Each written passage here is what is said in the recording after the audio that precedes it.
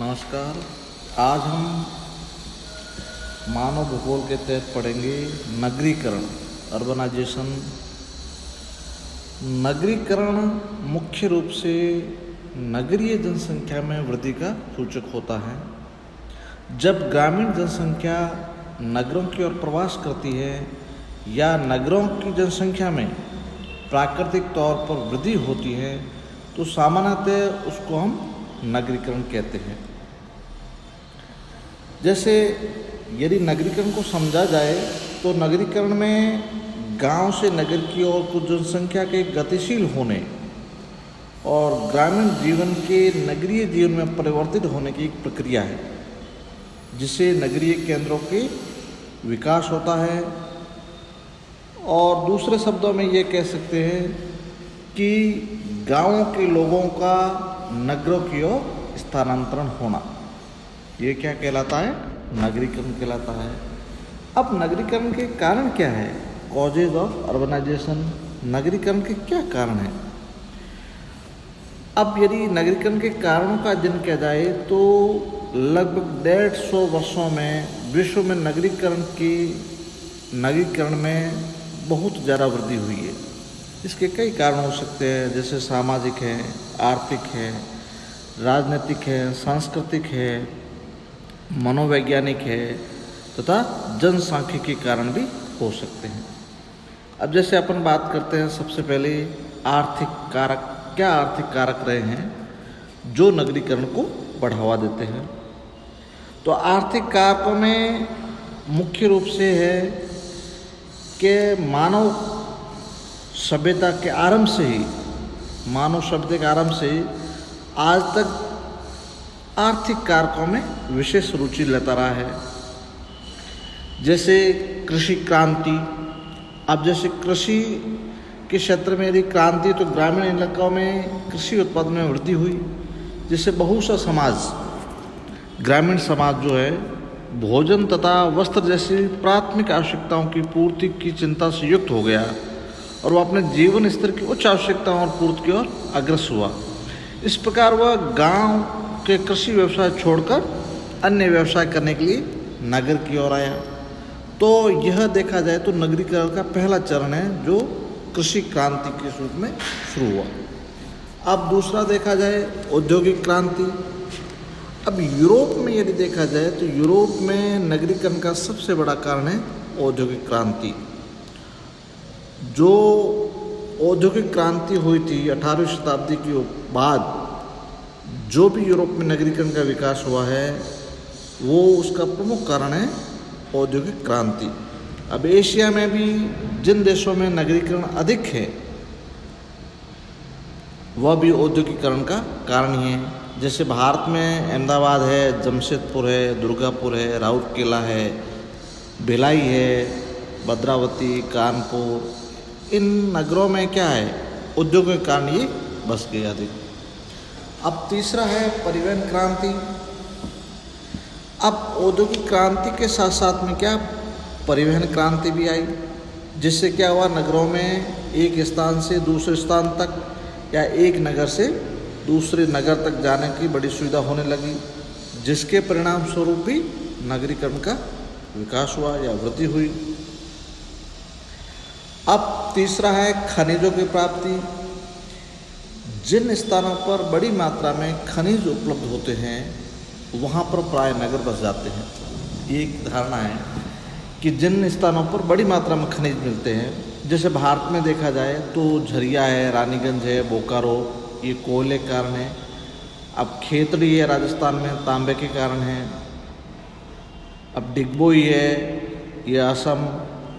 अब इसी प्रकार में जैसे यूएसए में है, रूस है, ऑस्ट्रेलिया है, दक्षिण अफ्रीका है, इन देशों में भी कई ऐसे संख्या है जो खनिजों की प्राप्ति के स्थान पर ही नगर बस गए हैं। अब अगला देखें तो व्यापार तथा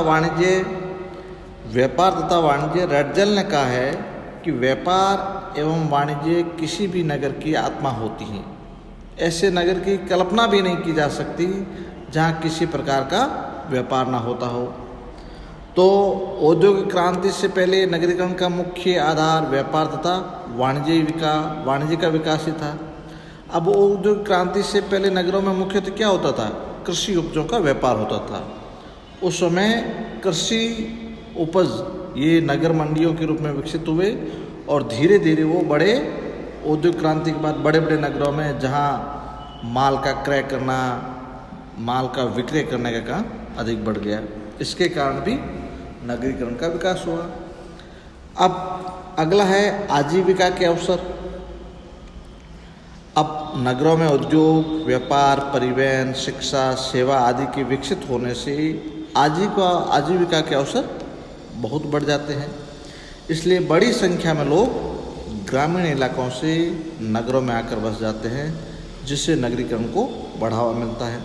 तो ये जो प्रमुख कारण है वो आर्थिक कारण है, जिससे नगरीकरण का विकास होता है। अब दूसरा कारण है सामाजिक कारण। अब सामाजिक कारण में भी प्रमुख कारक है नगरीय सेवाएं।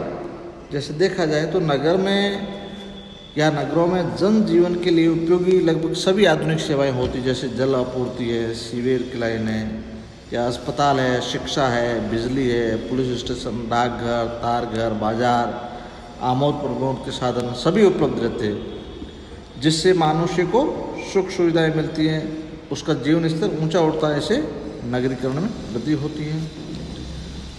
अब तीसरा यदि देखा जाए तो सामाजिक नियंत्रण होता है। अब जैसे ग्रामीण वातावरण में रीति रिवाज है, परंपराएं हैं, रूढ़िवादी है या रूढ़ियाँ आदि उपस्थित जो जाति, संयुक्त परिवार व्यवस्था, पंचायत आदि के माध्यम से मनुष्य को पूर्णतः बांध कर रखती है। इसके विपरीत नगरों में सामाजिक वातावरण अपेक्षाकृत उदार व खुला होता है, जिससे नगरों में लोग अपने अपने काम में व्यस्त होते हैं, दूसरों के व्यक्तिगत मामलों में हस्तक्षेप नहीं करते हैं। तो बहुत से लोग ग्रामीण वातावरण की जकड़न से छुटकारा पाने के लिए नगरों की ओर आकर्षित होते हैं।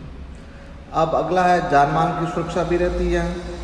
नगरों में गांवों की अपेक्षा प्रशासन अधिक सुदृढ़ होता है, जिसके कारण यहाँ पर जानमाल की सुरक्षा भी अधिक होती है, जिससे लोग गांवों की अपेक्षा नगरों में अधिक सुरक्षित महसूस करते हैं, जिसके लिए वो नगरों की ओर पलायन करते हैं।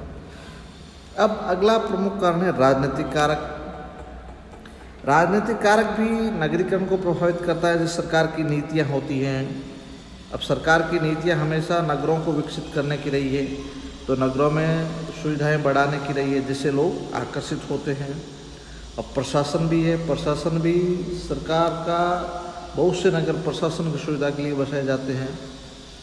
जैसे अपन बात करें तो विश्व में प्रमुख प्रशासनिक नगर जो Washington DC, Moscow, London, Paris, नई दिल्ली, टोक्यो, बीजिंग, ये सारे क्या प्रशासन की दृष्टि से बसाए गए थे, तो आज सबसे विकसित नगर है। अब सांस्कृतिक कारक हो सकता है कि भाई नगरों में मनुष्य को अपनी आवश्यकताओं की पूर्ति के साथ साथ उच्च आकांक्षाओं को पूरा करने का अवसर भी मिलता है। जिससे नगर का निवासी गांव की निवासी की अपेक्षा स्वयं को अधिक संपन्न महसूस करता है, प्रगतिशील आधुनिक विचारधारा वाला मानता है। नगरों में उपलब्ध शिक्षा तथा आजीविका की सुविधाएं भी लोगों को आकर्षित करती है। अब अगला कारक है मनोवैज्ञानिक कारक। नगरों के वातावरण तथा वहाँ के जीवन की तड़क भड़क को बड़ा आकर्षित होता है। अब गांव के लोग नगरों में यूँ देखते हैं कि वहाँ सारी सुविधा हैं, तो गांव में रहने वाले लोग विशेषतः युवा वर्ग जो नगरों की ओर आकर्षित होते हैं, जो गांव को छोड़कर नगरों में आ जाते हैं। अब अगला है जनसांख्यिकी कारक। अब नगरों में गांवों की अपेक्षा स्वास्थ्य सेवाएं अधिक होती हैं, जिससे जन्म दर अधिक है और मृत्यु दर कम होती है, जिसके परिणाम स्वरूप भी नगरीय जनसंख्या में वृद्धि होती है, जिससे नगरीकरण को बढ़ावा मिलता है। धन्यवाद।